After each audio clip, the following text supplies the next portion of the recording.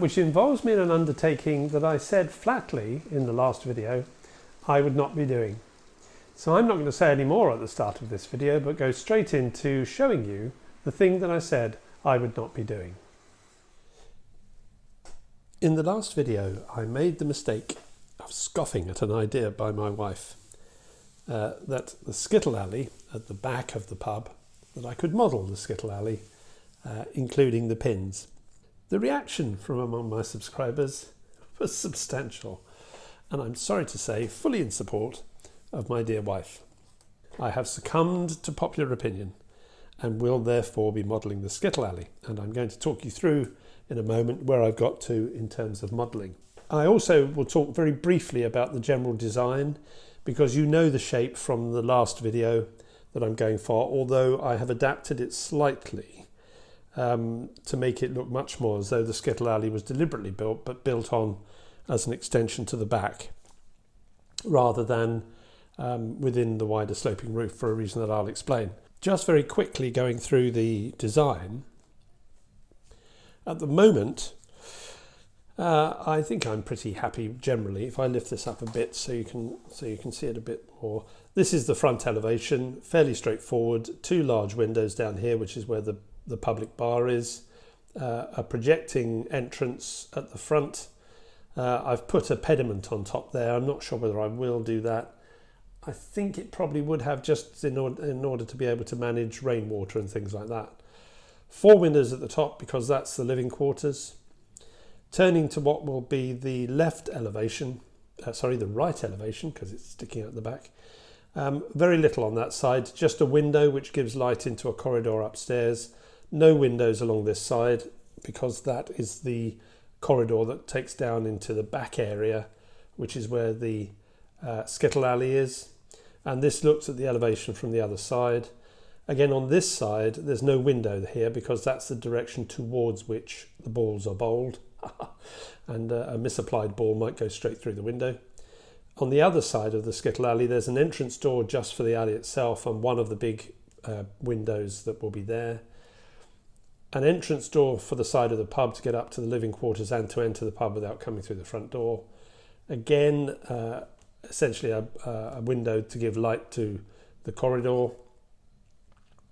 I have laid out both floors of the building.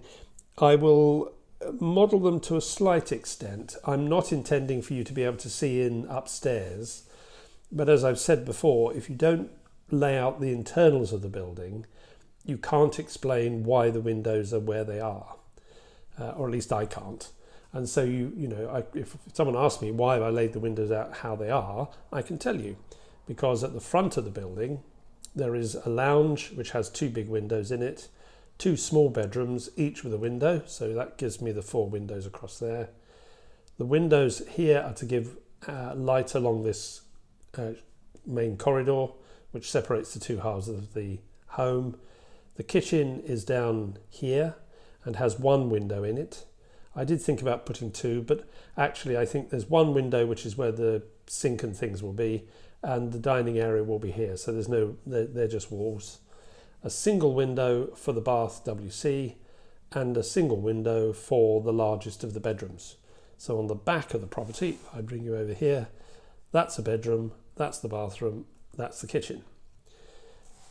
Looking down in the main part of the bar, this I may model rather more. It all depends what sort of windows I eventually settle on. I have ordered various windows from York Model Rail, including a set of windows I already had, and which turned out not to be at all usable. So I now have 3 sets of windows with no immediate use for them. But you come in through the door, and the bar is an L shape. Well, I'm not sure what that shape is. Anyway, that runs through there. An area here which I'm saying kitchen, stockroom. We are not in the days when lovely pub lunches were a regular thing, but I suspect they might have sold some food, possibly, I don't know. But either way, that gives a storage area. This is the general area for what would be the public bar. There is only a public bar. I don't really think there'd be a great call for a lounge bar. A corridor that leads into the Skittle Alley. And this is where the Skittle Alley itself is, and this is where the players, would spend their time in between throwing balls, having a drink. So that gives you the layout of the pub, and as I said, you've seen the shape. I think it's a fairly straightforward build. How much of that I try to do, as I say, will be entirely determined by the windows that I eventually settle on, because there's no point trying to do detailed modelling inside there without it being able to be seen. Where the Skittle Alley is, my intention is to use some rather large windows, which I have here, if I bring them into camera. Now these are the windows have got quite a lot of gap in them. If I just take one out so you can see it better. Although they have a huge amount of border around them, surround. So in fact, there we go. Now you can see that you'll be able to see through that quite well. What I'm probably going to do, these are almost the right height for the whole of the side of the wall, not quite, is I'm probably going to construct the back wall from these windows.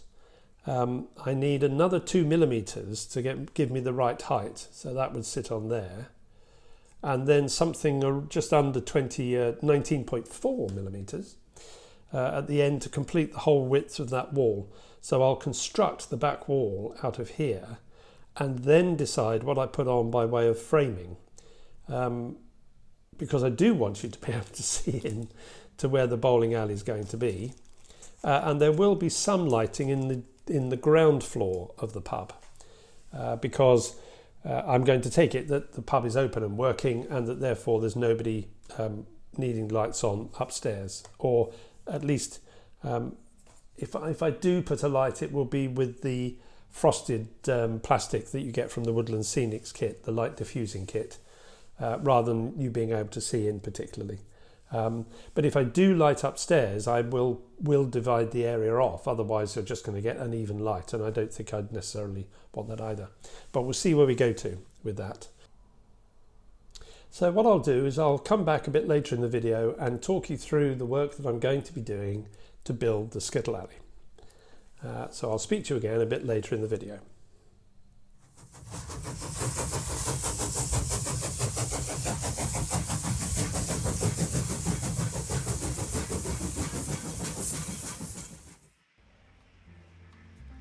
Hello and welcome to Two to Watch, in which I showcase two other Engage YouTube channels to which I'm subscribed.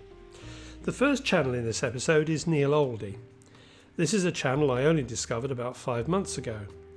His layout is called Leafield and Ashpeth, and it is based, I think, in the northwest of England, certainly on the West Coast Main Line. He runs modern traction mainly. I really look forward to each edition coming out. There is a lot of work that goes into their production. Each episode I've seen so far has been an extended running session, but based around real trains, both passenger and freight, that run on the main line. I know from a reply that Neil gave me to a recent comment that it takes him about 2 or 3 weeks to research and then produce the videos. I would recommend, as an early video to watch, episode 28, which is a cab ride around the layout. It will help you to see both the extensive size of the layout and the wide range of modelling skills that have gone into producing the layout and its running characteristics. This is a sizable layout which must have taken a long while to build, and it really is thoroughly enjoyable to sit back and watch the trains as they go by, and to hear the inventive script that Neil puts together for the commentary. The next channel is Pride Parkway. Now, it's quite possible that most of my subscribers are already subscribed to Jeff and his layout Pride Parkway. On the About page, Jeff describes the channel as follows. Welcome to Pride Parkway, my fictional Engage layout. My name is Jeff, and I've decided to create a channel to document the building of my Engage loft model railway in the hope of getting other modellers' input while sharing my journey. Pride is a fictional town based in the northeast of England and loosely set in the mid-90s at the end of the BR era and the beginning of privatisation. It is of course my fictional world, so anything can happen, run on the layout. This is one of those channels where you really look forward to seeing how things have developed from one episode to another. The most recent video, which was up about a month ago, had Jeff building a scenic break, and both the inventiveness of the design and the execution to put in the scenic break was really impressive. Similarly, the quality of modelling throughout is impressive, and he has shared his skills and knowledge as he has gone along. I very much look forward to each edition coming out, and I'm sure you will too if you haven't already subscribed by going along and subscribing to him. So that just about completes 2 to watch for this episode. As ever, I'll put links to the 2 channels in the description below, so you can go and have a look at them once you finish watching this video, of course, and subscribe to them. And what you see in front of you is indeed the Skittle Alley, but as yet minus its skittles and the balls, and of course in an unpainted state. But what I wanted to do was just talk you through how I constructed this Skittle Alley. It is constructed entirely from evergreen strip styrene or styrene card. I had a thoroughly enjoyable couple of hours on YouTube. I managed to find a live stream, or 2 live streams that had been done from a group who were playing Skittles and live streaming the Skittle match. So it gave me a really good opportunity to see a Skittle Alley in operation. My other researches have shown me that in broad design, Skittle Alleys don't change greatly. Around the country there are differences in the size of the pins, as you might expect, and there are differences in the way the game is played. Though 9 pins appears to be by far the clearest number, and pins that are flat, both top and bottom, similarly, rather than the kind of pins you find in a bowling alley. With that, armed with that, it gave me enough to be able to start constructing the alley itself. And as I said, this is all strip styrene. The base is a piece of 1mm thick styrene card. I then put some channel, this is just simple U channel, which across the base is 3.2mm, because I noticed that there is a ball return, there has to be a ball return for all alleys, but the one that I was watching was thoroughly enclosed so that they could pelt it down there at a fair old rate, and it didn't sort of shoot off halfway down. So I therefore used some 3.2mm by 1mm strip styrene to provide a cap and to provide 2 end pieces, and that left me with a tiny little gap up here, onto which I put I've got some here, which is this stuff, which is 1mm square strip styrene. Now the main part of the alley was raised above the base that was underneath, so that the balls go shooting down and then go off. There was a slight gully down one side to pick up those balls that go off the edge before they fly off again into the pub.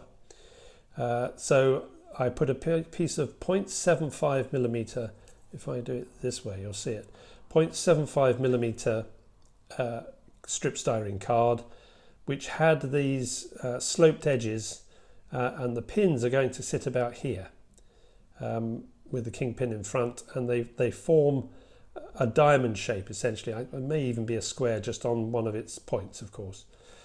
Now, because I'd put 1mm and 0.75mm together, this in real height is very nearly a foot, and that would be a fair step up, particularly after a few pints. So I put a little step in here, which is made up of I think that's 3.2mm and 1mm. To create the step, and it brings the height just nicely to go on to the alley. Now, and then there was one piece here which I'm trying to remember. That's 1mm thick, and I think it's 1.5mm high, to create a retaining bar here so that balls shooting off in this direction. This now needs to be painted, and so first thing it's got to be do is primed up. And I bought some various colours from Vallejo to have a look at trying to paint them. I have somewhere a mahogany brown, which I think I'm going to do these parts, the external parts in wood, will be in mahogany brown. Possibly this bit as well, though I may just paint that black. And then the main part of the alley was a much lighter wood colour. So what I've bought is a natural wood grain on which this will be done. And it had, as you might expect, a varnish sheen. So I may put a gloss coat over the top of that so that it gives the look of varnished wood. Whereas the mahogany didn't have as much as might be expected, because this, I think, is kept in pretty good nick to enable the balls to go scooting down. The pins, well, I could do all sorts of things with the pins because there are many different shapes. Most of them appear to be flat on the two ends and then bulging to a widest part of the centre and then tapering back down to the other end. However, the size of the pins means that at most you would want them 0.75 millimetres wide. I am not fashioning a piece of strip styrene to provide the tapered ends. At least I'm pretty certain I'm not. So I will put the pins in just as simple 0.75 millimetre rod. I'm not sure if I've got any, so I may need to get some of that. And insert them in a diamond pattern. And part of the reason why I was quite pleased to have this so deep is that means I can drill the holes in for the pins and they will sit quite nice and deeply into about 1.75 millimetres, yes. So that will give them a bit of strength when they're in there. And the pins themselves stand, I think, only about 9 inches high. And the beauty that means it gives me, albeit it's not much, instead of having to cope with a piece of plastic that's 0.75 millimetres high, it'll be actually nearer 2.5 millimetres, which will at least make them visible, if nothing else. Now, as for the balls, a skittle ball can be anything from a tennis ball up to a cannonball size, but the biggest is about 5.5 inches. So I thought, well, I don't, 1 millimetre is 6 inches, that's too big. So I'll go and find some 0.5 millimetre ball bearings. And I did. And here they are. Can you see them? If I put, they are so small if I bring them in here. So I ditched that idea and went up to 1 millimetre. And here they are. So these will be the balls. They'll be slightly oversized for you keen aficionados of Skittles. Slightly oversized, but I don't think anybody's ever going to come and complain to me. Those should be fairly easy just to stick in a spot of brown paint for the purposes of getting them into the Skittle Alley. So all the bits are here. I'm going to go off now and paint this. I'm not sure whether in this video you will see the end result, but if it is all done and finished before this video is released, I promise to show you the completed Skittle Alley. So with that, let's go on to the next section of the video.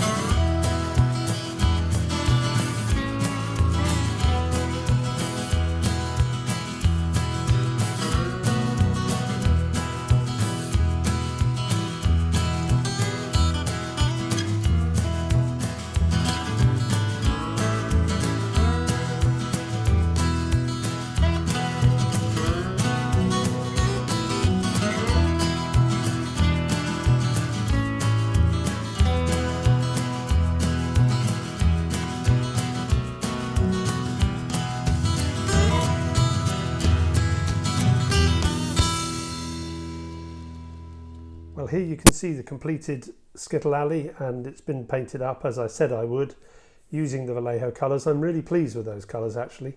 I think the mahogany's come out quite well, and the sand, light sandwood colour has worked pretty well.